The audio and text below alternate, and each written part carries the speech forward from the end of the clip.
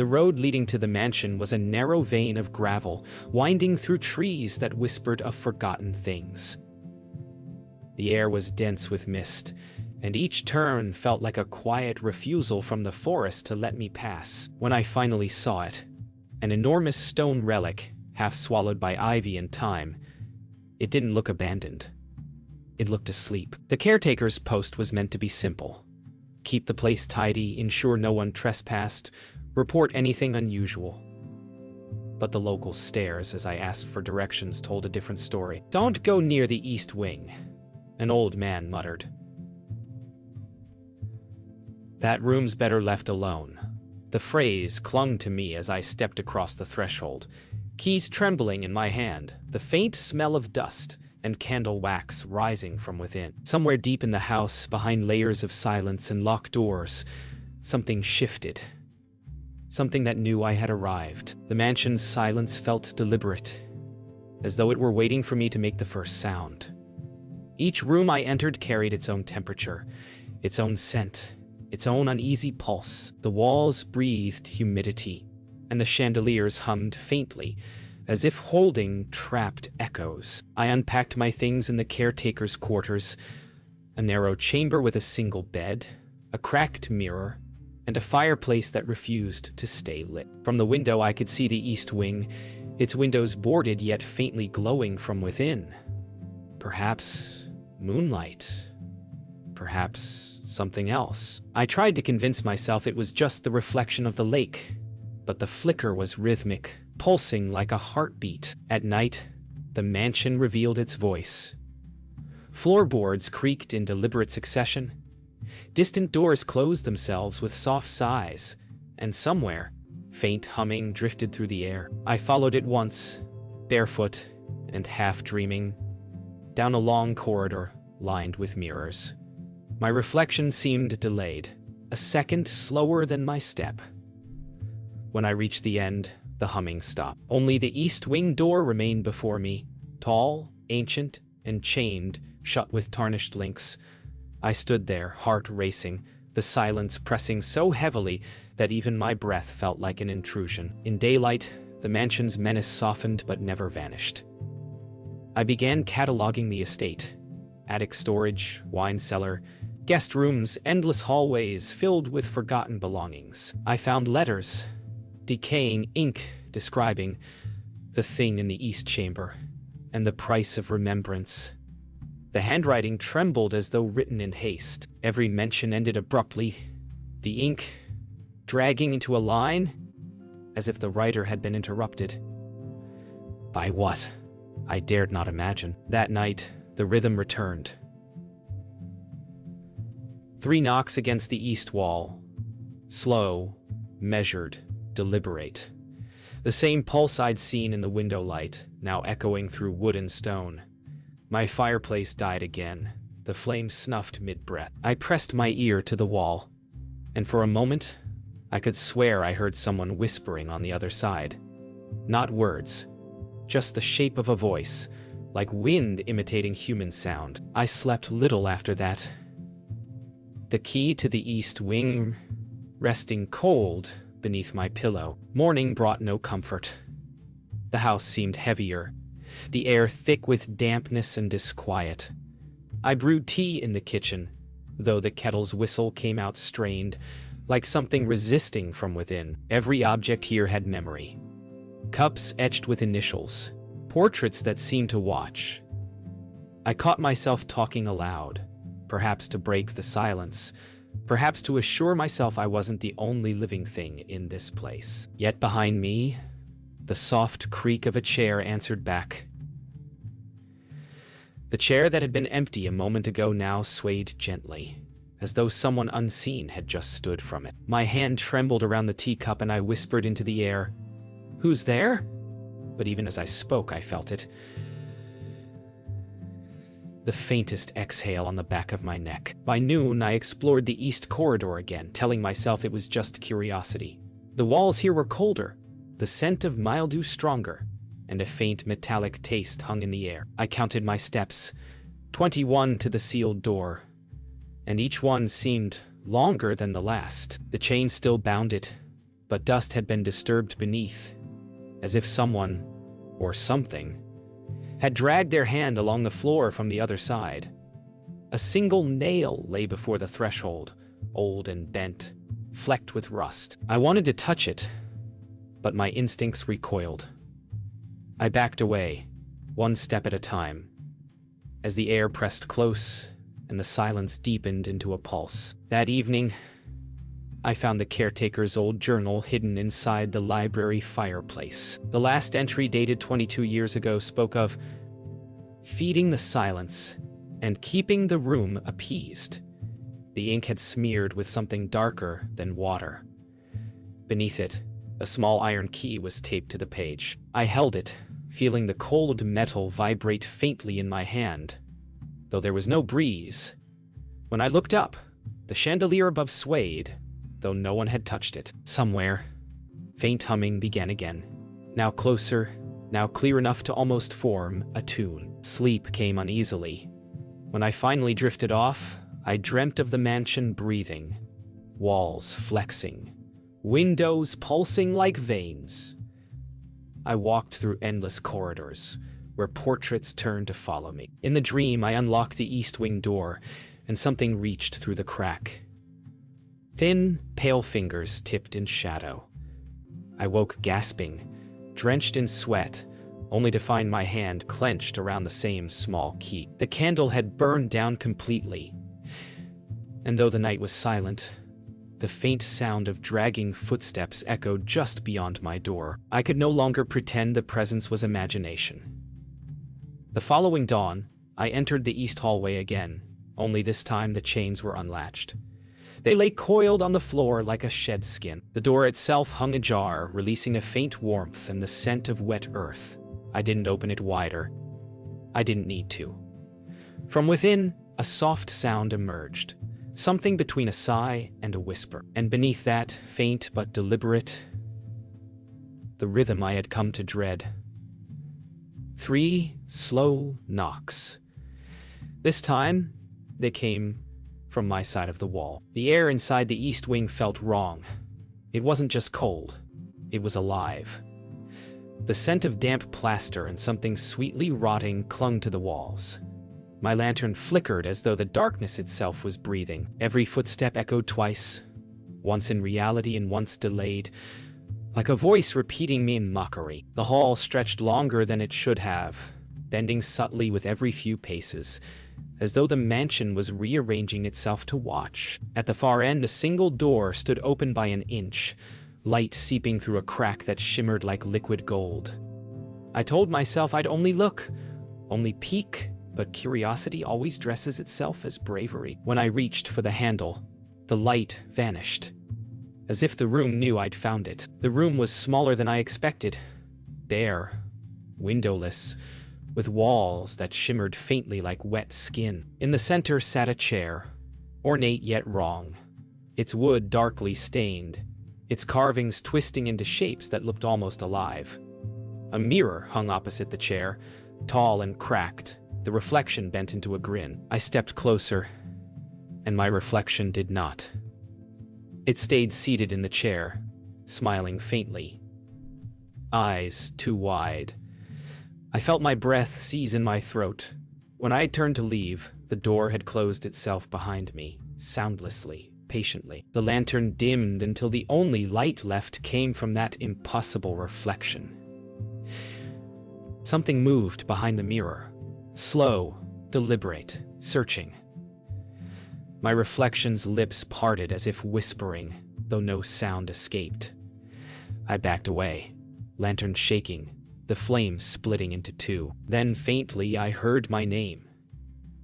Not spoken aloud, but inside my head, echoed by a voice that felt like memory itself. The mirror pulsed once, a ripple across its glass, and I saw things within. Faces buried in walls, eyes that blinked from the ceiling, whispers crawling like smoke.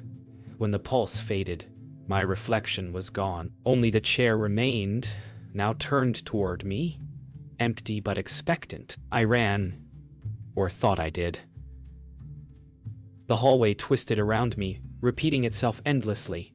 The portraits now bore no faces, just smudged shapes of what once was human. I passed the same cracked vase 3 times, the same stain on the rug, until realization struck. The house wasn't letting me leave.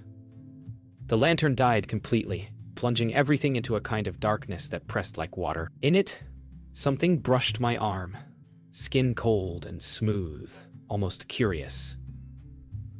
A voice, soft as silk, whispered, "Stay. You've already begun to remember."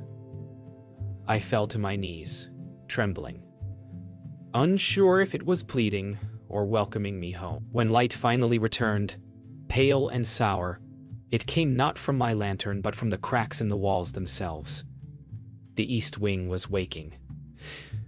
Through the thin seams of plaster, I saw shapes moving, crawling like roots under flesh. I stumbled backward, reaching the corridor,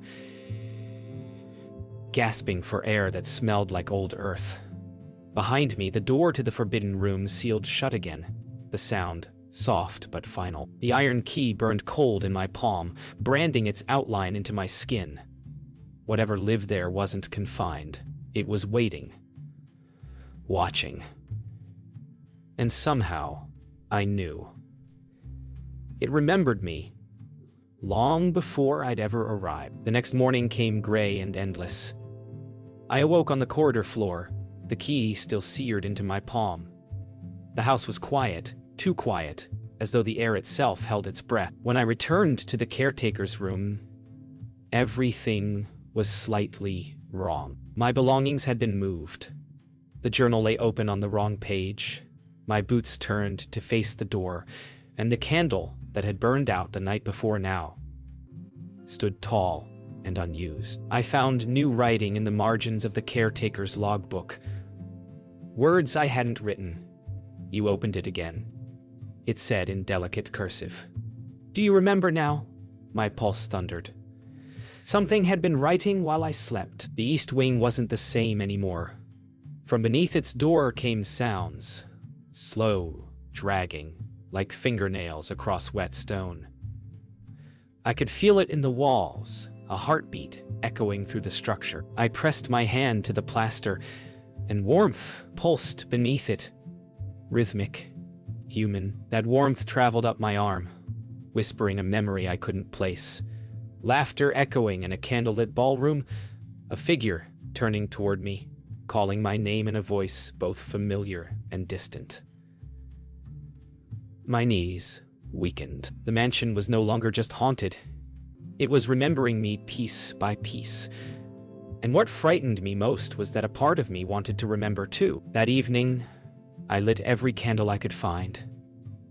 The house breathed in rhythm with the flames, their flickers synchronized, bending toward the east wing as if pulled by an invisible current. I caught glimpses in their shadows, silhouettes moving gracefully, like dancers at a forgotten ball.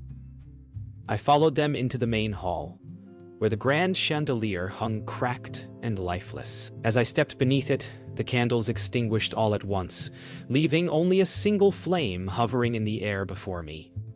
It stretched upward, twisting, taking on a faintly human form. I whispered, "What are you?" And the flame whispered back, "You." In the mirror of the east corridor, I saw her clearly for the first time. The woman who wore my face but not my eyes. Her reflection stood behind me, smiling faintly, head tilted in recognition. I didn't turn. I couldn't. She whispered from the glass, soft and steady, "You left me here." The glass fogged as though breathing, her hand pressing against it from the other side. I raised my own and matched it, trembling. For a moment, warmth passed between us, and 1,000 forgotten feelings flooded through: grief, love, betrayal. Then the reflection's smile faded, and her hand turned black as soot. The glass cracked beneath our touch. That night, I read the journal again, every entry now pulsing faintly with heat. The final page revealed what I'd been denying. The previous caretaker wasn't someone else. It was me.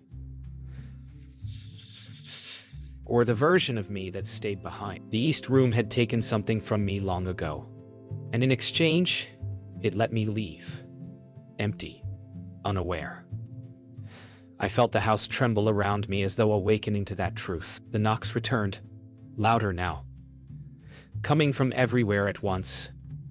And through the walls I heard her voice again, pleading, not to haunt me, but to be remembered. Sleep abandoned me. Every sound in the mansion turned intimate, breathing through the walls, footsteps pacing beneath the floorboards, a heartbeat behind the mirrors. When I finally dared to move, the corridors had changed again. Portraits long faded were now vibrant, faces newly painted, each one bearing my features at different ages. The brushwork was fresh, the oil still wet. My throat tightened as I approached one labeled The Keeper. The eyes in that painting shifted toward me, pupils dilating with light. I stepped back and the walls groaned, stretching outward, the house pulsing like a lung, drawing its first deep breath. Something within it was waking fully, and it knew I was watching. In the library, I found a music box on the desk, the same melody I'd heard humming through the halls. Its lid bore an inscription in my handwriting, for the one who stayed. I turned the key, and the song began, soft, sorrowful, spinning memories in its tune. With every note, flashes came. A woman in the east chamber, her hands pressed against the glass, begging me not to close the door. I remembered chains, whispers, promises broken in candlelight. The room hadn't imprisoned her. I had. The reflection wasn't haunting me. It was waiting for release. The music box slowed, the final note dragging into silence, echoing like a breath held too long. I returned to the east wing, this time without the lantern. The light seemed to belong to it now. The door opened on its own before I touched it, a low breath rolling from within. Inside, the air shimmered with warmth and dust motes that glowed like embers. The mirror stood whole again, spotless, waiting. My reflection smiled faintly, not in malice, but in understanding. I stepped forward, feeling a gravity pull between us. She raised her hand, and I mirrored the motion. The glass rippled, thin as water. The moment our fingers met, warmth surged through me, painful, radiant, whole. For the first time, I remembered her name. Memories spilled through me like floodwater. I saw the mansion as it once was, alive with laughter, candlelight, and song. The two of us, caretakers, sisters, bound by a promise to guard whatever the East Room contained. But I broke that vow. Fear made me seal her within the mirror to keep the entity from spreading. I became its echo, living outside while she endured eternity inside. The house had split us to survive. Now, as the memories returned, so did the pain of it, the betrayal, the loneliness, the haunting not of ghosts but of guilt. The mansion trembled, mourning along with me. When the tremor subsided, the mirror stood silent again, but now her reflection was gone. In its place shimmered the outline of a door, thin, shimmering, alive. I understood what it wanted, not vengeance, but remembrance. I pressed my hand to the surface, whispering an apology into the glass. The house exhaled. Every candle reignited at once, flooding the corridors with gentle light. The air warmed, and for the first time the silence felt peaceful. I didn't know if she was freed, or if we had finally become one. All I knew was that the mansion no longer feared the morning, and neither did I. The mansion was quieter now, but it wasn't silence.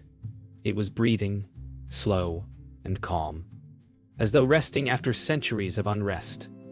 I wandered through its halls at dawn, every corridor awash in a soft, forgiving light. The portraits had faded again, their painted eyes now closed in peace. I could feel her presence with me, not as a shadow but as warmth, like sunlight touching my shoulder. Yet something inside whispered that the calm was temporary. Houses like this did not heal, they remembered. In every corner I saw remnants of our divided lives. The teacup she used, the gloves I wore the day I sealed her away. Each object hummed faintly, waiting for an ending neither of us had written yet. Outside, the fog had lifted for the first time since my arrival. The lake shimmered silver beneath a pale morning sky. I stood on the veranda, the mansion behind me alive, with the sounds of settling wood and whispering leaves. A faint voice drifted on the breeze, hers, distant yet gentle. You kept your promise. I closed my eyes and felt tears mix with the cold air. The key still hung around my neck, its weight different now. Not a burden, but a bond. I realized then that the mansion wasn't cursed. It was a memory made solid, a vessel for our shared guilt. The only way to free it was to let it forget. I walked the perimeter one last time, tracing the ivy-clad walls with my fingertips. The closer I came to the east wing, the fainter everything grew, walls blurring, air thinning, sounds dissolving like snow on skin. It was fading. The mirror door shimmered faintly, now cracked with light instead of shadow. Through it, I glimpsed her standing in a sunlit field beyond, serene and smiling, free at last. She mouthed something I couldn't hear. Maybe thank you, maybe goodbye. The cracks widened, releasing a wind that smelled of spring rain and long-forgotten peace. The mansion began to dissolve as dawn brightened, timbers creaking softly, the air filling with drifting ash that shimmered like falling snow. I didn't run. I stayed, feeling the walls unravel around me, every fragment whispering a memory before fading. My own reflection flickered faintly in the dust, smiling through the blur. I thought of all the caretakers before me, how many of them had been echoes, living pieces of what the house refused to release. Now, it was finally letting go. My chest ached, but not with fear, with release. The mansion was dying, and it felt like forgiveness. When the last echo faded, only the foundation remained, half buried in the earth. I stood amidst it, the key still warm in my palm, the silence now tender instead of hollow. The forest around me stirred with new life. Birds singing, leaves rustling softly, as though nature had been holding its breath for centuries. I whispered her name one last time, letting it drift into the wind, hoping it would reach wherever she had gone. Then, I walked down the gravel road, never looking back. Behind me, the ground shimmered faintly where the mansion had stood, as if remembering how to dream. The world beyond the mansion felt almost too still, as if the silence had followed me. The forest stretched endlessly, each tree watching, each shadow a faint echo of memory. The air smelled clean now, of pine and soil instead of dust and decay. Yet somewhere deep within me, the house still pulsed. I could hear its slow heartbeat in my own chest, steady, patient. As I reached the clearing, a faint shimmer lingered in the distance, a reflection with no source. I realized it wasn't the mansion that was haunted.